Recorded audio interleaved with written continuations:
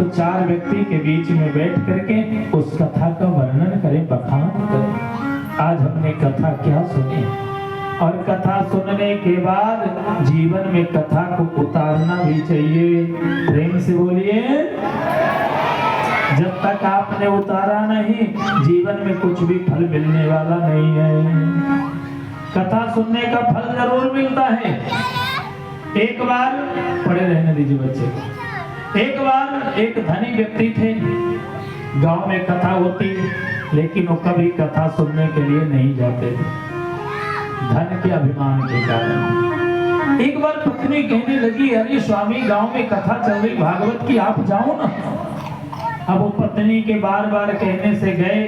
जैसे गए तो वहां भी कुर्सी सोफा लगे हुए थे। जो कथा करा रहे थे उन्होंने उनका सम्मान किया। बड़े आदमी पैसे वाले बोले, आइए बैठिए। वो आए और बैठे, और बैठने के बाद बढ़िया सोफा में सो गए। अब जैसे कथा का विश्राम हो गया, आरती प्रसाद सब कुछ हो गया, अब वो महाराज बढ़िया सो रहे हैं, पंखा उनके तरफ लगाई हुआ, कूलर। आयोजक एक आया और बोला, अब जाइए। वो उठे और चल दिए। घर गए, पत्नी ने पूछा, कथा में आपने क्या सुना? बोले, कथा में गया, 3 बात सुना, आइए बैठिए जाइए, बस यही 3 कथा सुना। पत्नी कहने लगी, कोई बात नहीं, कम से कम 3 बात तो सुने।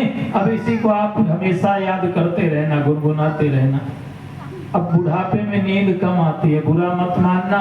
बुढ़ापे में नींद इसलिए कुछ लोगों को नहीं आती, धन इकट्ठा हो जाता है ज्यादा, फिर वो बेचारे वो धन का ही चिंतन करते रहते हैं, कैसे धन को रखें। तो वो बूढ़े व्यक्ति को नींद नहीं आ रही थी। अब बैठ गए और बैठ करके बस बिस्तर में ही बैठे बैठे, आइए बैठिए जाइए, आइए बैठिए जाइए कर ही रहे थे। नगर में चोर घुसे चोरी करके, और एक जगह से चोरी करके वो बड़े आदमी सेठ जी के यहाँ भी चोरी करने के लिए जैसे गए तो बैठे बैठे कह रहे थे, आइए। अब चोर आए, कह रहे बैठिए। चोरों ने कहा, पहचान गए। जैसे ही वो चोर जो सामान लिए थे वो भी उन्हीं के पास रख के भागने लगे तो बोले, जाइए जाइए जाइए।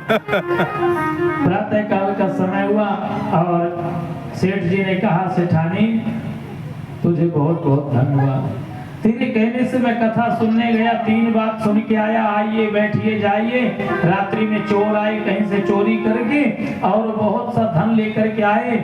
जैसे आने लगे मैं कहा, आइए बैठिए जाइए। वो तो जाते जाते सब धन सामग्री जो भी सोना चांदी आभूषण था वो सब मुझे दे के चले गए। पत्नी ने कहा, देखो एक बार कथा सुनने गए तो कितना धन मिला, और दोबारा जाओगे तो क्या क्या न मिल जाएगा।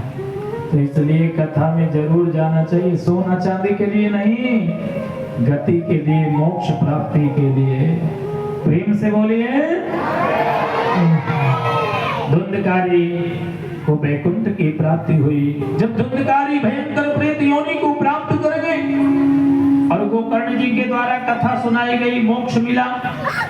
हम और आप सशरीर बैठ करके कथा श्रवण करेंगे तो क्या हमारी मुक्ति नहीं होगी? अवश्य होगी। ये कथा भागवत पूजा पाठ श्रद्धा और विश्वास से होते हैं।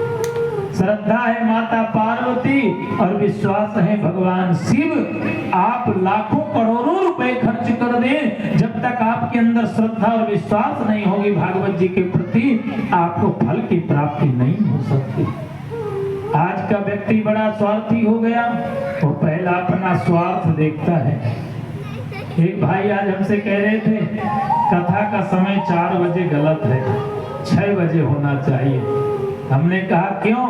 बोले, हम जाते हैं ड्यूटी, 6 बजे आ जाएंगे तो कथा भी नहीं छूटेगी और ड्यूटी भी नहीं छूटेगी। मतलब कथा से ज्यादा हमें परवाह है पैसे की, ड्यूटी की।